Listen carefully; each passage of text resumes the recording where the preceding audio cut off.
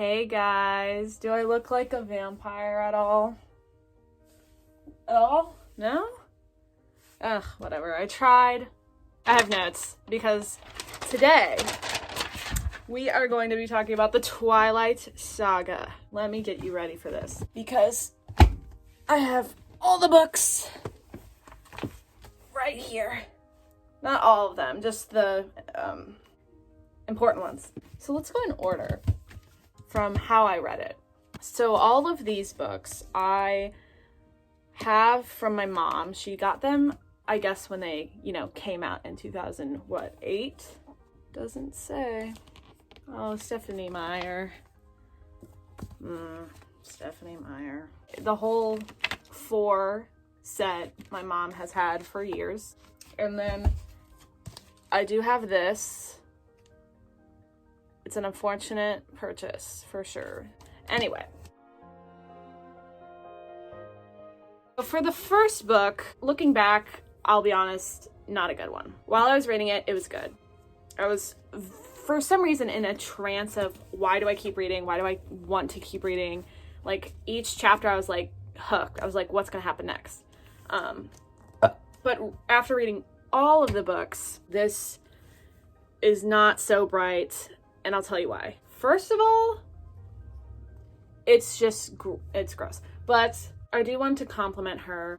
Every detail is very, very, very thought out, and I appreciate the love she put into this world.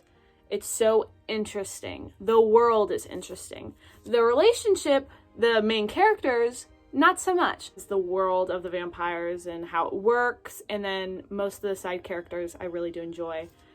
The flaw is always going to be Bella and Edward.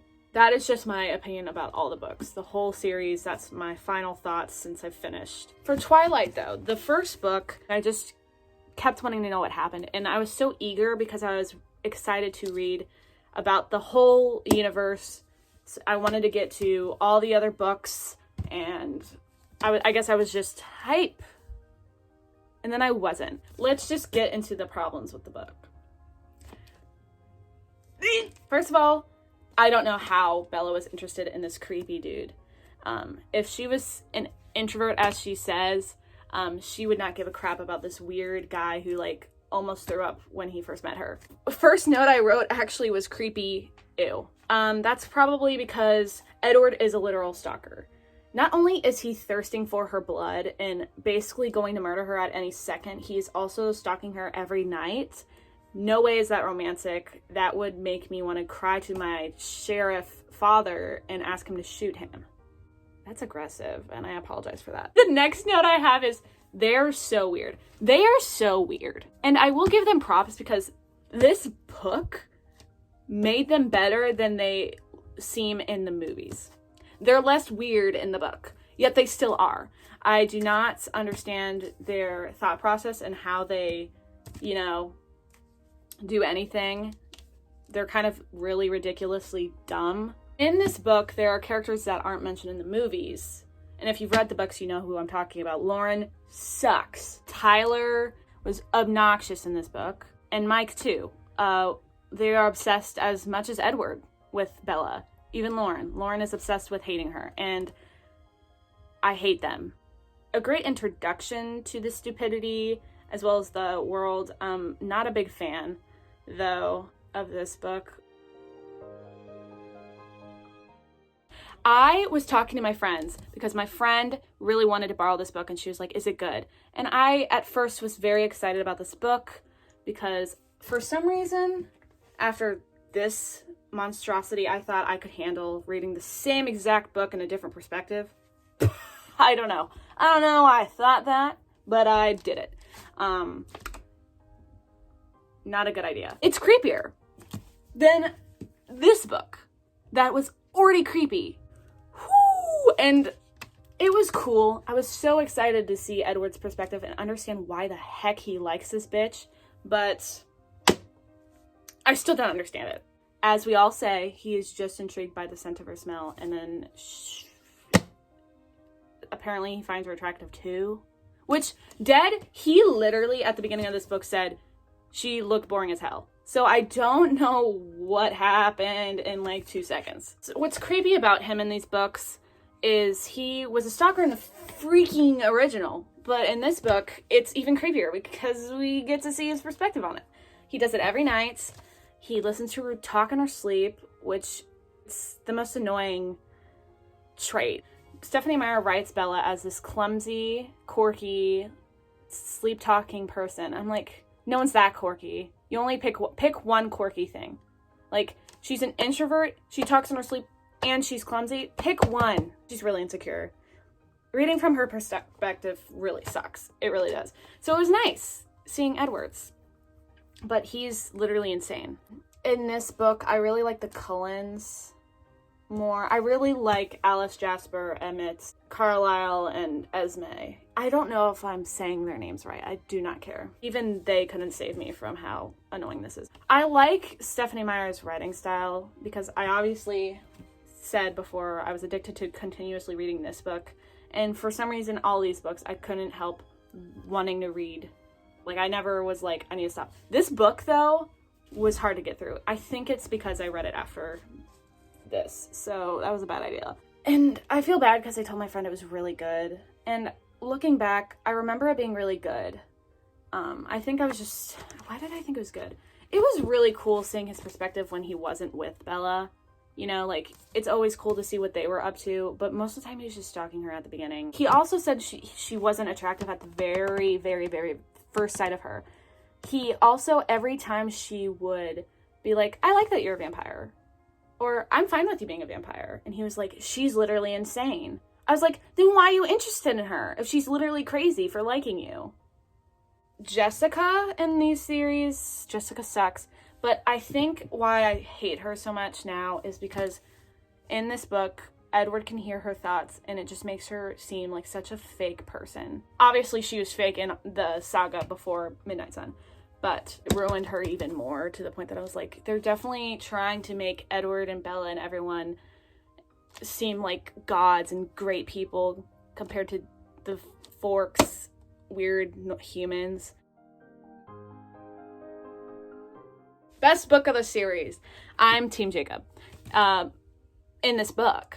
I don't know how long the period was between these books when they came out, but it seemed so oddly fast that he gave up on her. I thought he was the protector. He wanted to protect her.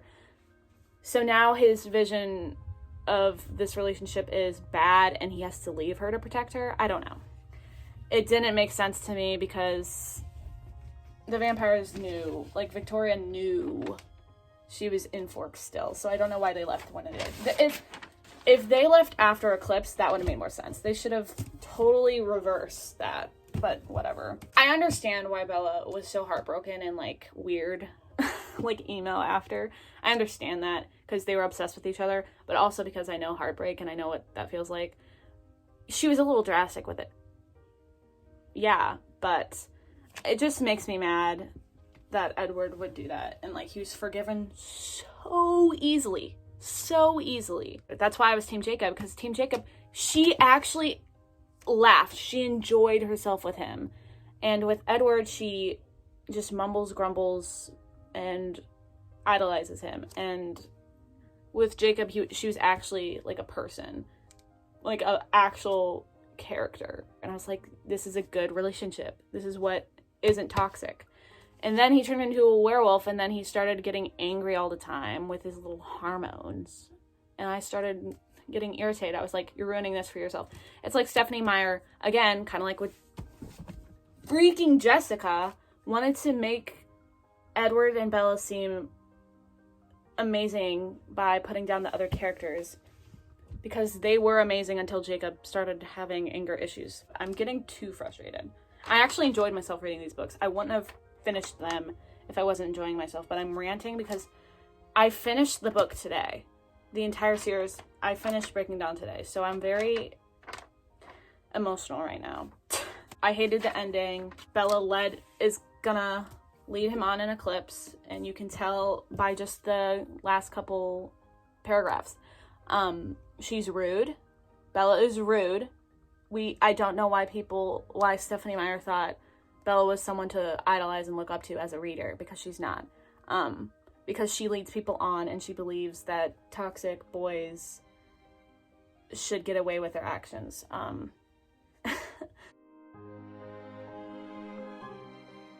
This little ball of joy, it's all awkward now because Edward's all like, I left you, I feel so guilty. I'm like, yeah, no shit.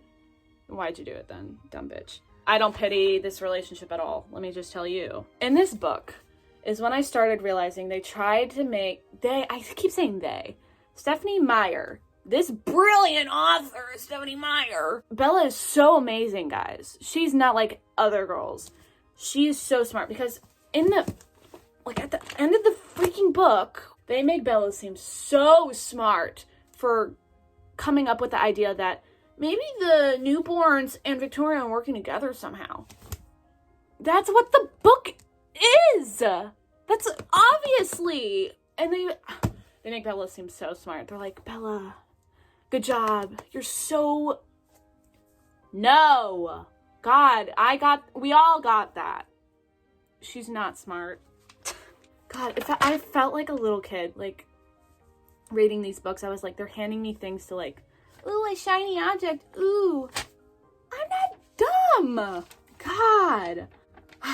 I wrote, Bella isn't amazing. She's boring AF. Not even that smart and too insecure. What frustrated me... What is happening here? I definitely slammed the book on my chest. I have sensitive skin. What happened in this book that didn't happen in the movies was Bella wasn't allowed to see Jacob. They kept her away from the werewolves because they were homophobic of werewolves, basically. How is Bella interested in these people that won't let her see her freaking friend? Bella, this is really annoying me. She's too obsessed with the Cullens, and I think in this book it's clearly obvious that her wanting to be a vampire and being so eager is just her being stupid, reckless, and not thinking. She never thinks. The ending with Victoria, that fight that they were leading 3 books, in my case 4 books to this fight with Victoria. They were waiting for it, anticipating it, making her seem like she had this diabolical plan, and it ended in like a chapter. Like 2 chapters, it ended, and not intimidating. She lost within seconds. The most disgusting way to lead me on, like Bella led Jacob on. And speaking of flaws, I don't feel like it was a waste of time, but I do. And why I say that is this felt like the biggest waste of time. It was the long last stretch before it ended, and I was really excited because I think Breaking Dawn Part 2, the movie, I love that ending battle. And I knew that it wasn't in this book, but I was hoping something good was going to happen, and no. The book is basically split into 2 parts. There's the part where she's pregnant and annoying, and then there's the part where she's a vampire and annoying. In the first half, she's rapey. She doesn't listen to her fiance, husband. She just wants to have sex. And it annoys me that she is allowed to do that, and that it's okay that she feels that way, and that the author thinks that that's okay to think that way, when rape goes both ways, and that kind of manipulation and assault goes both ways. Edward clearly was interested and consensual, but it's the fact that she did not listen to the fact that he did not want to have sex with her at all. He wanted to wait. And she tried to make compromises, and it's just like, no, he doesn't want to do it. Just let it go. It was so agonizing. At the end, when they finally did, and she got pregnant with a vampire baby, it felt more painful, like he was losing. I don't know. It just bugged me. Bella is rapey. I said, just wait for when you are a vampire, and then nothing bad would have happened in this book. Because she was rapey, it led to her being pregnant and her having a child, and literally this half of the book wouldn't have existed if she wasn't a rapey bitch. So, what is this? It's the last book. They've never had a perspective ever, and it's in the middle of the book. I don't think they needed to do that. I did like how they went into more vampire story explanations. I like it when she does that in these books. It's the only good part. And one of those parts that I liked in this book was they got more into her powers and her shielding. I liked that she struggled with it because she's not perfect. I liked Benjamin, and I liked the Amazon Coven too. But I liked the new characters. It was nice to actually get characters that weren't Mike and everyone. The only good human character was Angela, and she wasn't even in this book. And Charlie was barely in this. After he found out about Renesmee and that something changed, they totally just dropped his character. It took 3 to 4 chapters of the Volturi and Edward and Bella's side to just, they kept going back and forth. And it was annoying. And nothing even cool happened. And at the end, they made it seem like the Volturi were going to come back. Like, they left that day. But someday in the future, someday they would come back. And I'm like, that's a much better idea. Why did we not stick with that? Because most of this book is just boring and wasting my time and just filler. And it would have been much more interesting if they did maybe they make instead of this garbage, they could have made a sequel of what they do, I don't know, in a couple decades, or even just a couple years even, of the Volturi coming back. I don't know why I like this universe. I don't know why I like the movies. It's a guilty pleasure. Very guilty pleasure of mine. No, I don't like horror movies. So that's how I get in the spirit of Halloween, is I watch Twilight. In all honesty, I enjoyed the books better than the movies. So it's odd to say that I would watch them after this. Breaking Dawn Part 2, the movie, the ending where they fight is the best thing that came out of any of this. Love you guys. Keep reading. That's actually a cute little outro, is keep reading. I'm not a booktuber though, so I don't know why. I don't claim that. You guys can use it.